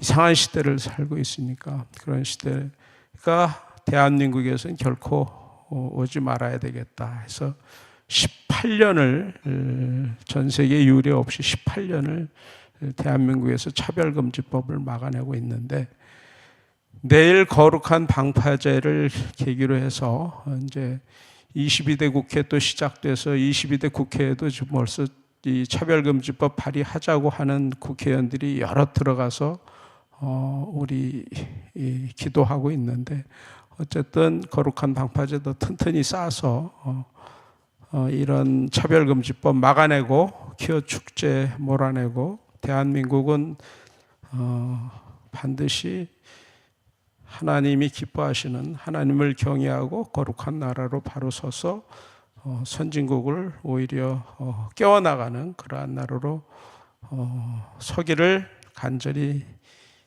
기도하는 마음으로 오늘 강의 요약을 마치도록 하고 다음 순서 넘어가도록 하겠습니다.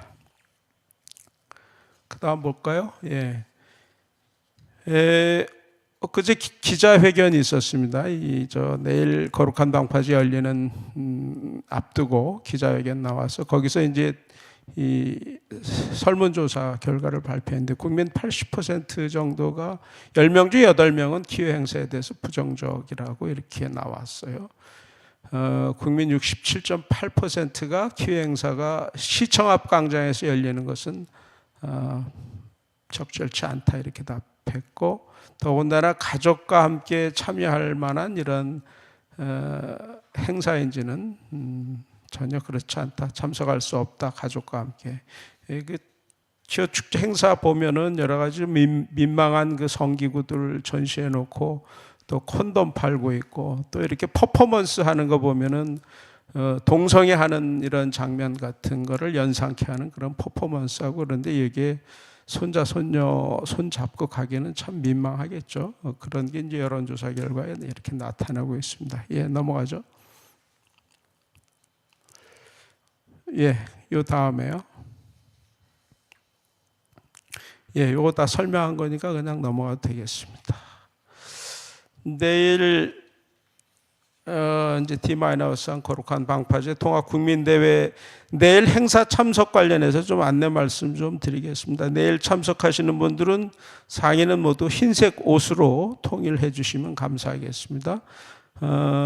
이 거룩한 방파제는 이 대한문 앞에서 있고 저 시청 앞 광장에서 기어 축제 행사가 열리지 않게 됐지만 그 옆에 을지로 이런 쪽에서 행사를 하고 퍼레이드를 하기 때문에 자칫 이렇게 흰옷을 입어야 뚜렷이 구분이 되는 것만큼 흰옷 입어주시는 게 좋겠다. 그리고 이게 이제 인원 보도를 언론에서 상당히 부정확하게 하는 경우가 많습니다. 작년의 경우도 뭐 보면은 이 거룩한 방파제 쪽이 한 10배 내지 30배까지 이렇게 많이 참석한다고 이렇게 얘기를 하는데, 거의 뭐 저쪽에는 한 5천 명 이렇게 참석하고 작년에 10만 명, 15만 명 이렇게 교계신문에서 보도를 해도 일반 언론의 일부 언론을 보면은 비슷한 숫자가 참석한 것처럼 이렇게 보도를 하기 때문에 그만큼 좀 차별금지법을 적극 시켜야 된다라는 언론도 있는 만큼 약간 편향 보도할 가능성들이 많아서 이 흰색으로 통일하면은 아주 좋겠다 이런 말씀을 드립니다. 날씨가 더울 거기 때문에 물 좀 많이 준비하시고 모자, 방석 반드시 준비해 주시는 게 좋겠습니다. 그리고 거기 내일 이렇게 텐트를 치고 각 단체에서 이렇게 물 같은 것도 나눠주고 그렇게 하겠지만 그래도 본인이 이렇게 준비하면은 더 훨씬 나을 것 같습니다. 차량표는 지하철 타고 오는 게 가장 좋으실 텐데 1호선 시청역 3번, 4번 출구 이용해서 대한문 가기 쉽고요.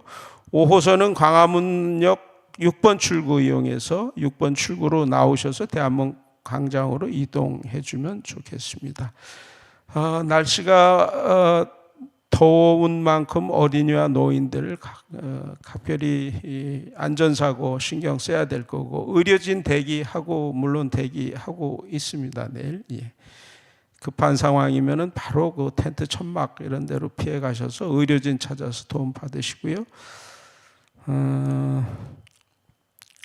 쓰레기도 반드시 내일 쓰레기 많이 나오겠죠. 많이 모일 테니까 행사장에 버리지 말고 이렇게 적당하게 가져가서 이렇게 버려주시면 큰 도움이 되고, 질서 유지 잘 해주시고, 사람들이 굉장히 많이 나오고 또 거기에 또 이제 그 질서 유지하는 경찰이나 통제 인력들이 있는데 그런 질서도 좀 잘 지켜주시고 통제에 잘 따라주시고 해서 아주 질서 있는 그런 거룩한 방파제 국민대가 되면 좋겠습니다. 예. 그 다음 뉴스는 뭡니까? 영국에서 이제 고용재판소에서 심리가 시작됐다라는 그런 뉴스네요. 이게 클리프 칼리지 대학이 있는데 여기 그 교수님 한 분이 이 트윗하다가 이게 그 해고가 됐어요. 트윗 내용이 동성애를 반대하는 이런 내용을 올렸다가 이제 그 해고가 됐는데, 그 내용이 뭐냐면 동성애가 교회를 침범하고 있다. 이 복음주의자들은 더 이상 이 문제의 심각성을 보지 못하고 사실이든 아니든 명백히 야만적인 동성애 혐오증에 대해 사과하느라 바쁘다. 그러나 이것은 복음 문제다. 죄가 더 이상 죄가 아니라면 우리에게는 더 이상 구주가 필요하지 않다. 이런 내용을 올렸는데, 이게 그 신학교 교수님이니까 당연한 내용 아니겠습니까? 신앙인들은. 근데 이 트윗을 올렸다고 그 학교에서 해고를 당한 거죠. 그래서 이제 소송을 했고, 여기서 이제 우리 안드레아 윌리엄스 변호사 아시죠? 영국의 그 안드레아 윌리엄스 변호사, 이런 동성애를 반대해서 어떤 그 법률 구호한 단체를 만들어 갖고서 동성애와 차별금지법에 싸우고 있는, 그래서 한국에 몇 차례 와서 이 한국은 절대 차별금지법 통과시키면 안 된다. 한국은 제발 살아서 우리 영국을 깨워달라, 이렇게 절규하는 이런 안드레아 윌리엄스 변호사, 이 법률단체에서 지금 이 에드워즈 박사의 소송을 변호하고 있는 그런 상황인데,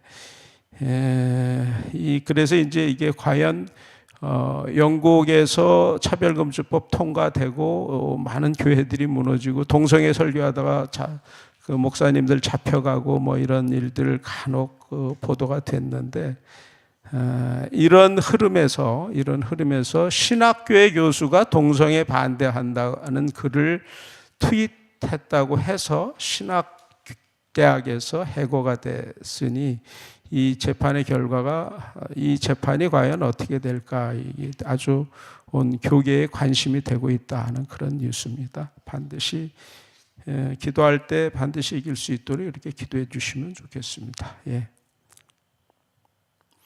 시민활동가 양성 아카데미, 그 문화 막시즘이라든지 PC주의라든지 젠더 이론, 성혁명, 이 시대의 영적 전쟁을 꼭 치르기 위해서 꼭 필요한 그 지식으로 무장할 수 있는 그러한 그 프로그램을 지금 진행하고 있습니다. 이 교계에서 기런평 교수님이라든지 주요셉 목사님이라든지 강사분들이, 여러분들이 이 강의를 하고 있는데, 꼭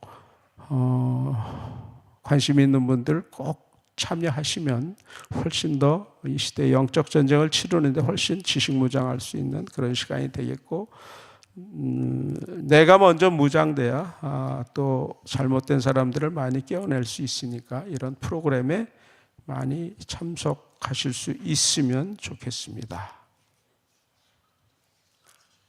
네, 여기까지 할까요? 다음 172회죠. 172회. 예. 화면에 나오고 있는데 172회 이호욱 교수님이 오십니다. 예. 제목은 어떻게 되나요? 바른 성경관 수호, 유기적 완전 축자 영감된 하나님의 말씀, 이런 제목으로 말씀 주시겠습니다. 여기까지 하고 기도하고 마치겠습니다. 하나님 감사합니다.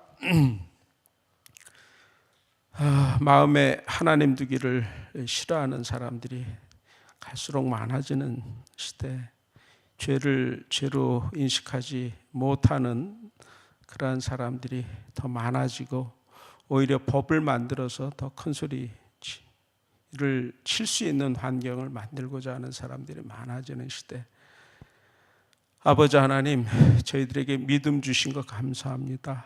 저희들에게 성경 주신 것 감사합니다. 하나님이 어두운 시대를 어두울수록 저희들 더욱 깨어 근신하고 이 어두움을 분별하고 더욱 기도할 수 있게 도와주시고, 하나님 주신 마음의 감동에 따라 정말 우리가 그리스도의 군사가 되어서 이 시대를 이겨나갈 수 있도록 하나님 도와주시옵소서.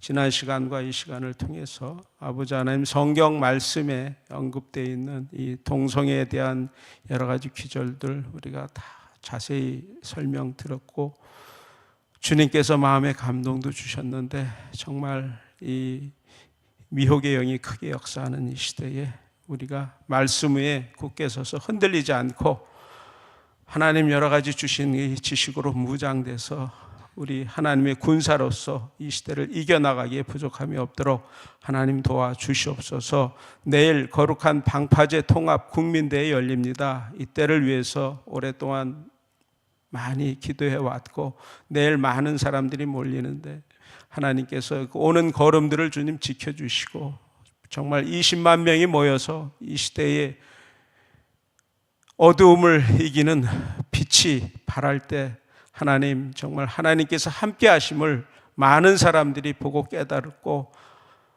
하나님께 영광 돌릴 수 있도록 우리 주님께서 이 대회에 역사하여 주시옵소서. 우리 주님, 정말 이 나라가 18년 동안 주님 은혜로 이 차별금지법 막아내고 있습니다. 이제 22대 국회가 시작이 되고 또 여러 가지 악법들을 또 발휘하는 이런 흐름이 예상이 되고, 여러 가지 이와 관련해서 우리가 개인적으로 또 공적으로 기도를 많이 하는데 우리 주님 반드시 대한민국만은 이 차별금지법을 막아낼 수 있게 도와주시고 기호축제를 물리칠 수 있게 도와주시고, 아버지 하나님, 동성애 행위에 빠져서 영혼이 망가져가는 그러한 사람들을 불쌍히 여겨서 저들을 구해낼 수 있게 도와주시고, 아버지 하나님, 이 나라가 정말 하나님을 경외하는 나라요 거룩한 나라로 주님 앞에 크게 쓰임받는 나라로 이 나라가 축복받을 수 있도록 주님 은혜를 베풀어 주시옵소서. 이 차바가 이 시대를 깨어나는데 도움이 되길 원합니다. 주님, 저희들 사명 잘 감당할 수 있도록 하나님 도와주시옵소서. 더욱더 하나님이 이 세상 사람들 깨어내기 위한 그러한 강사들 많이 보내주시고 그들이 와서 증거하고 메시지 전할 때마다 주님 붙들어 주시고 그들을 통하여서 듣는 많은 사람들, 보는 사람들 더욱더 지식 무장하고 하나님의 군사로서 이 시대를 너끈히 이겨나갈 수 있도록 하나님 은혜를 베풀어 주시옵소서. 주님 은혜 감사드리며 예수님 이름으로 기도드립니다. 아멘.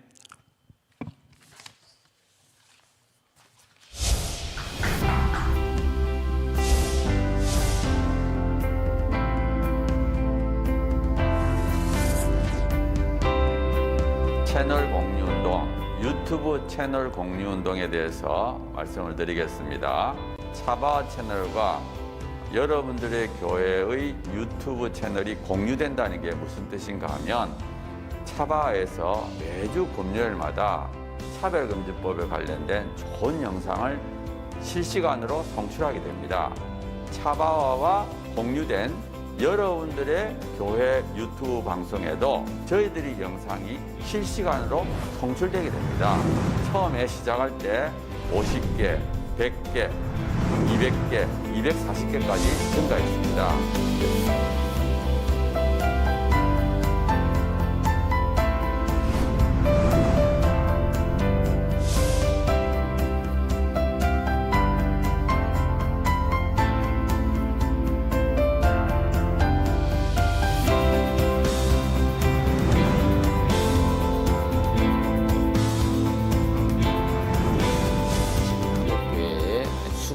6만여 개 되고 유튜브 채널을 10,000개라고 보면 그 10,000개 중에 한 10%, 1,000개가 되면 이 1,000개 채널이 나머지 10,000개의 영향을 10,000개 채널이 10,000개 교회가 나머지 6만 교회에 영향을 미칠 수 있다. 저는 그렇게 생각합니다.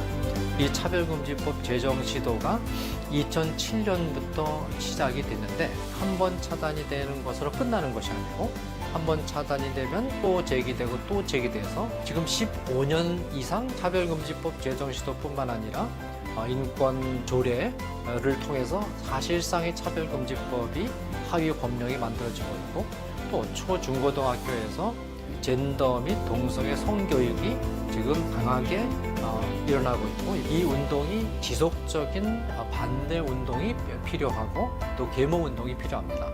여러분 섬기신 교회 담임 목사님 은혜로운 설교를 들으셨다면 적어도 주 1회는 지금 전 세계에 가장 위협이 되고 있는 동성애 성명 주장들 그리고 우리 미래 세대를 음란으로 미혹시키고 거짓으로 미혹시키고 있는 이 성혁명 사상들 차별금지법 이 문제가 우리나라에서 반드시 막아내고 복음적 성인들을 반드시 지켜내는 이런 사역에 우리가 실패해서는 안 되겠습니다.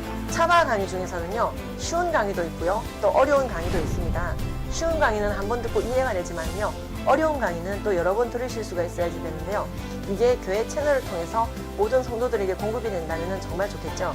그 운동을 우리가 하고 있는 것입니다. 차바 채널 이 공유 운동, 저는 우리 주님께서 저희에게 알려주신 방법이라고 생각합니다. 차별금지법을 제정을 성공적으로 막아내고 음란을 정당화하고 음란을 강요하는 각종 악법들을 막아내서 대한민국 교회와 대한민국을 지키는데 아주 귀하게 사용하실 거라고 생각합니다. 여러분, 이 거룩한 도로 개설 운동 그리고 거룩한 성령의 검 배포 운동에 기도하시면서 지속적으로 함께 해주시기 여러분 주위에 권면해 주십시오. 여러분의 작은 동참이 한국교회와 세계교회를 새롭게 하고 주님 다시 오실 때까지 이 악하고 음란한 세대를 선하고 거룩하게 만드는 데 귀하게 사용하실 거라고 그렇게 믿습니다.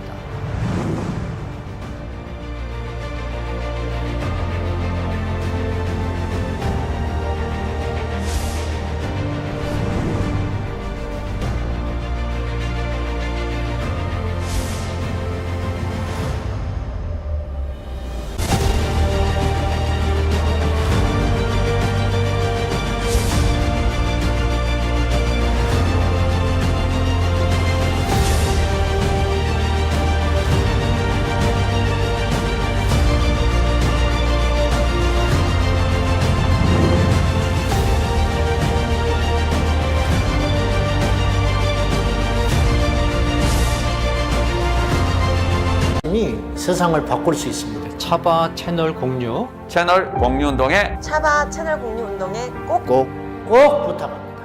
화이팅! 파이팅! 화이팅!